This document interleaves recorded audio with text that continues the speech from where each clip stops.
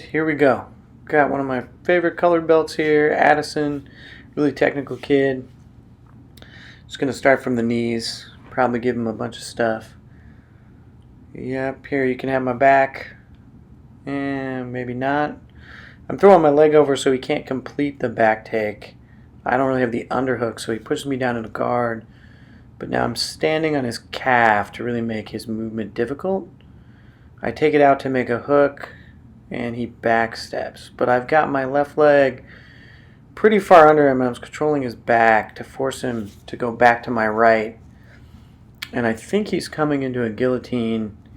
In order to counter the guillotine, he needs to pass opposite his head, and I think I'm trying to create choices here where it makes it seem like he wants to go to his left, which will just make the choke actually tighter. Yeah, so now he's trying to pass to his left, and he's back in guard. And it looks like I got him with that one. So I just let go. I just kind of release my grip, put my feet on his hips, see how he's going to pass. Just kind of give him free will to have posture. And he does a good job pushing my leg down. That frog foot, he's going to knee slide over it. When it's turned sideways like that, it's a lot of pressure on the person on the bottom. It's hard to take your leg out. Oh, and now he's grabbing my toes. This is good because I was going to scissor sweep him. And by turning my foot the other way, it's almost impossible to complete the sweep. You can do it in a completely gentle way. Oh, nice. Yep, and looks like by him going around that way, I harpoon sweeped him, which is one of my favorite go-to sweeps from the bottom. I like to let people believe they've completed the pass and then reverse it with the harpoon sweep. We've done a couple YouTube series on that if you go look for it. And he just kind of let me readjust and start in crossbody.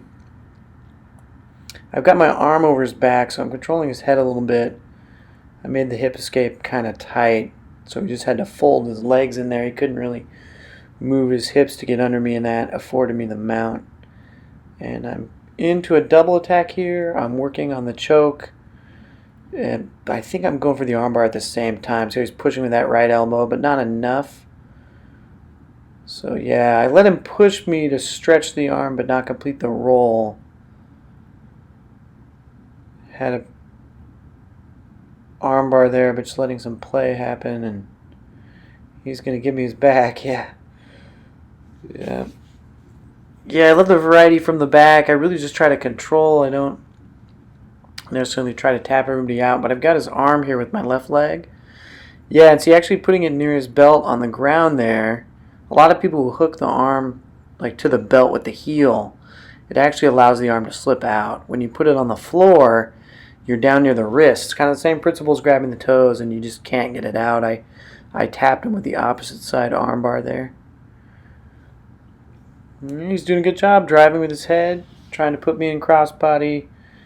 I'm still bugging him with the bottom leg. And he gets by it. It's blocking my hips. Trying to control that near side arm. My femur. He might try to step into mount. Or just clear that frame. Yep. You can see he's put his shin over my arm. It's over the elbow crook, so I've got a little bit of mobility. But I don't know if I get out of this one or what happens. He's going for the forearm now because he has my near side arm pinned. He doesn't have it stretched out though, which is going to give me the chance to defend it. Yeah, so now the arm is folded. And I'm dropping my head here, so there's no way for him to choke me. You can see I reinforce it with my right leg. It's really hard to get your hand under the head at that point, so it forces him to go for the arm, which is what he's, I think, committed to doing. Yep, so I let him have the arm, but I roll into it, kind of give him my back. I've been playing with this near side hook idea to escape the back and just doing it for fun, but sometimes I just give the arm or the neck so they quit going for your back. They see the arm and attack from guard, which is what he did there, and by switching attacks he let me regain posture and get some comfort back. Yeah, see, I made that hook on the inside and my head is low. He's going to try to take my back, but because I pinned his leg, he can't really do it. So I just turn into guard.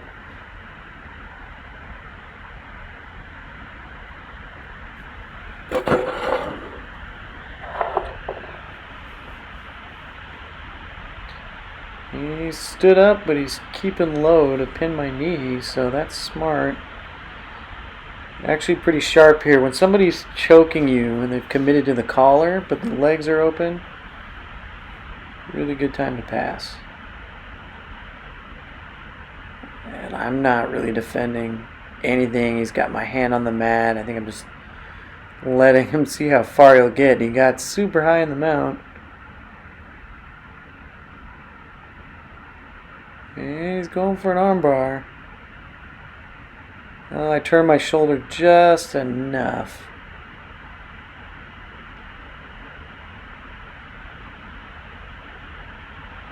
Yep.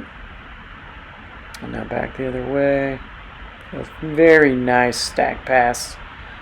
I could have put a ton of pressure on him. What am I doing? Alright, I'm going for the underhook. Yep. The Bravo choke, the bread cutter. That's one of my favorite setups from cross sides. And I really like how you can attack the near or far side arm with it. And in this case, that's exactly what I'm doing. He's pushing on my shoulder, but he's pushed too far in defense of the choke. Yep, and I took the armbar because of it. Just going to reset. Come on, back to the middle, Addison.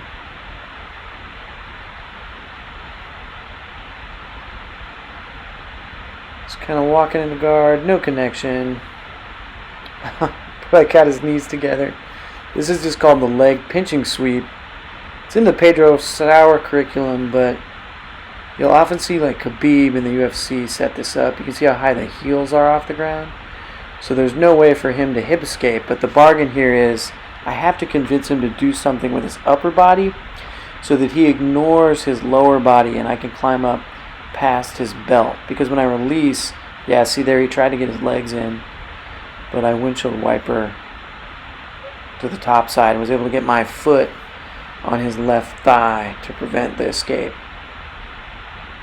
It's good control while you're there. If you can creep up a little more inch by inch, it's a really solid position, as Khabib has shown everybody. Just put me in guard, dude. Okay, he's got a hook. I'm kind of leaning forward. Yeah, I think, see, I'm playing with my leg there to let him know it's there. That maybe he'll try to sweep me. He's going for a triangle instead. Triangle and a sweep. He's got a really, really good triangle. Pretty tight. And he's double attacking for the armbar here. That's good. Nice job, buddy. Yeah, I want to get into the position. I want to see what he's going to do. It's always important to just have everybody tap you out. Not because, it is a humility thing, but you also see their moves and see their ideas. And that's what you bring back into your own game. Plus, I've been training this kid. I want to see if he can do a double attack. So I'm sliding over the arm here. It was the bracing arm. And now it's eliminated. I'm going for the far arm. Do I want revenge? I can't remember. I think I'm working on controlling the head here with my legs. Yeah, he knows about it. I've been doing this calf choke on the neck, so he's really defending it. So maybe I'll take the arm. I'm kind of eyeballing a choke, a straight arm, and a Kimura setup here. And he pulls his arm out, commits to that, and he gets choked. Yeah, it's all, you want to force people into decisions they don't really have a choice in making. He had to defend his arm there. And by doing so, he just gives me the choke. It's not his fault. But that's the most fun way, I think. I think Eric will agree with me when we get back together, but it's the most fun way to approach jiu-jitsu. You get tapped, you play with the same guys in your gym all the time, and you always tap them out. You're not really on the reciprocating end, and even if they can't catch you, you're missing out on their imagination and their thought process. Yeah, so I let people push my leg down, but then I weight the leg really heavy, so he couldn't quite lift his left leg there, and that's why his head fell. And now he's got his posture broken. He's in trouble in the guard. So just more of the end of the stick idea. 2 hands for a choke. I've also got a high shoulder guard here. I think I'm working on, his right arm there is dangling. And so he's trying to bait me with his arm. He wants me to go for the arm and avoid the choke. But I made him lean with the shoulder pressure, so momentum wasn't on his side. He couldn't pull his arm out when I moved my leg around.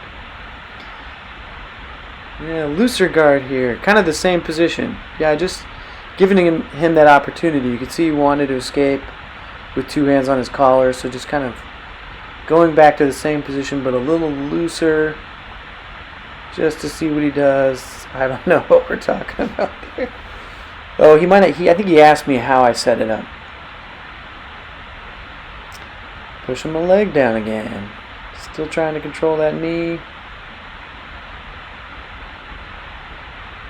Another good practice is just what we've been doing here, what I described with the half roll into the harpoon sweep earlier, is always letting people start to do things but don't let them finish. And another piece of wisdom from Pedro Sauer. So I'm letting him pass, but not really.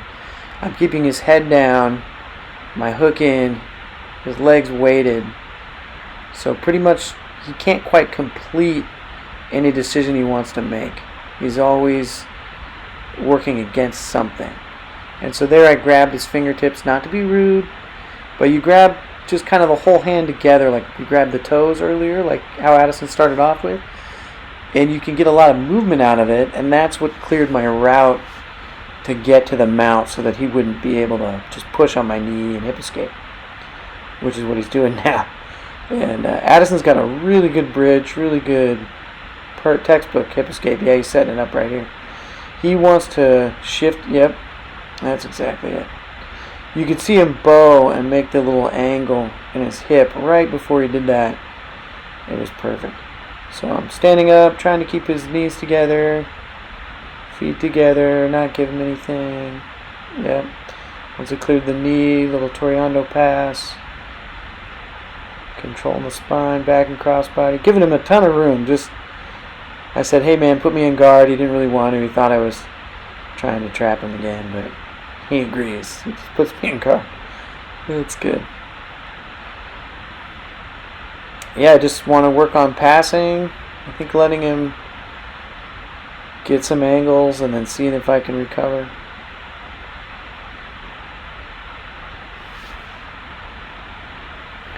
He's doing a good job keeping my posture broken. Oh, I'm bringing the hand in. Looks like I might posture up here.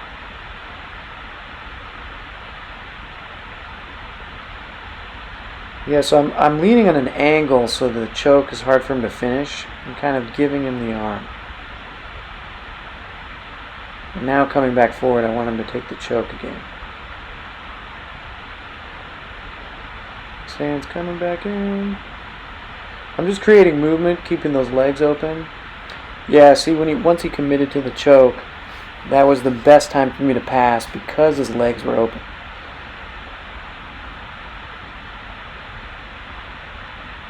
And it's great, right? You have the guy committed to the attack, and that's your time of escape. It's really hard for them to change their plan and go back to defense.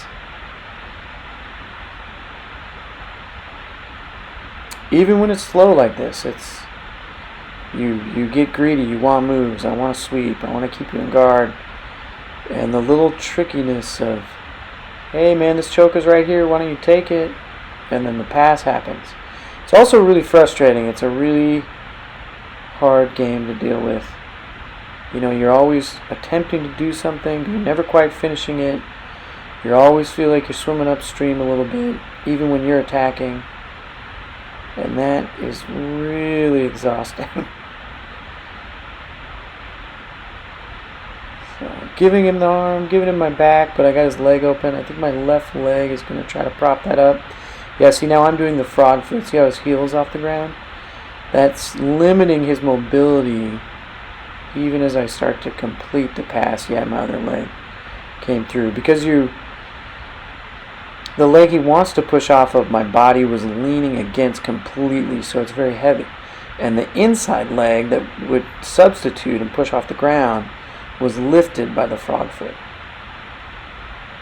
And kind of back into the guard.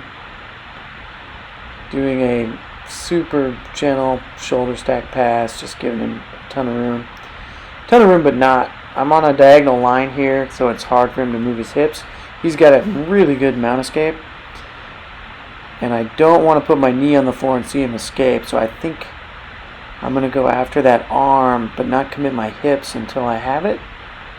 Yeah, see, now the way he wants to hip escape is only going to injure that arm more. So he's got to tap. Yeah. Had I just completed the mount, knees down like I am now, early without controlling the arm, Addison would have escaped for sure.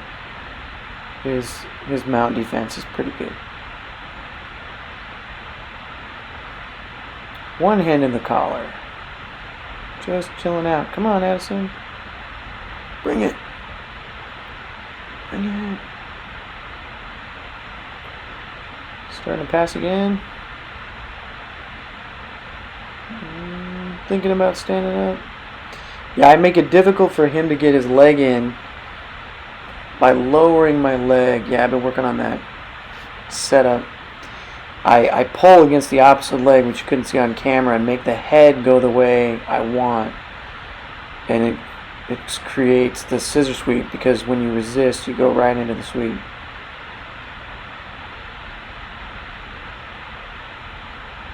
See? Good bridge, perfect roll. Really good mount escapes. He left the choking hand there, though. Come on. Now he's got enough posture. I let go of the choke. Just too much work. You know, I could have forced it. My arms were totally extended. He had a good escape there. Oh, I was faking the overhead sweep. Did the double ankle grab sweep.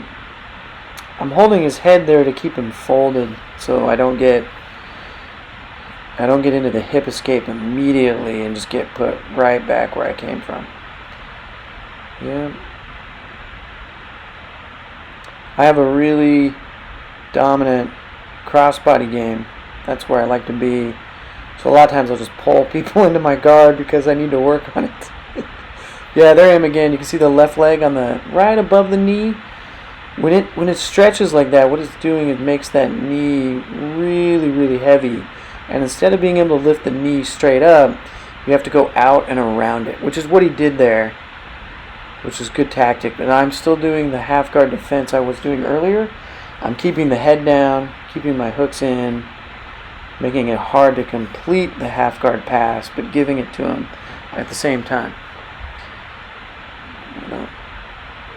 Back to the same guard game here, just going for the end of the stick. He went for my heel. That's a good tactic. Am I going to let him pass this time? Nope. Seated hook sweep from guard. Just clowning around. I don't normally like that much distance, but sometimes it's just fun to tip people over.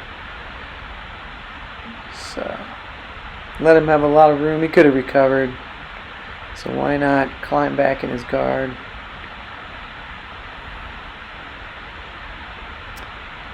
Yeah, I think as a beginner, especially under the Gracie curriculum, you develop your guard first. It's not that there aren't other moves, but I mean, if you look at classic players like Hodger Gracie, it's guard and then mount.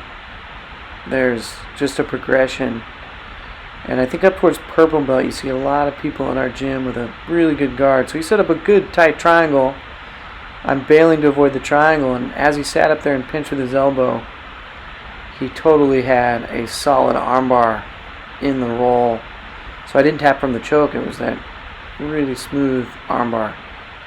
That's all we got for today. Thanks for watching, everybody. Hope to see everybody back in the academy soon. If not, let's online. Let's build this community. Thanks for liking and subscribing to the channel. And we will see you soon. Warriors, out.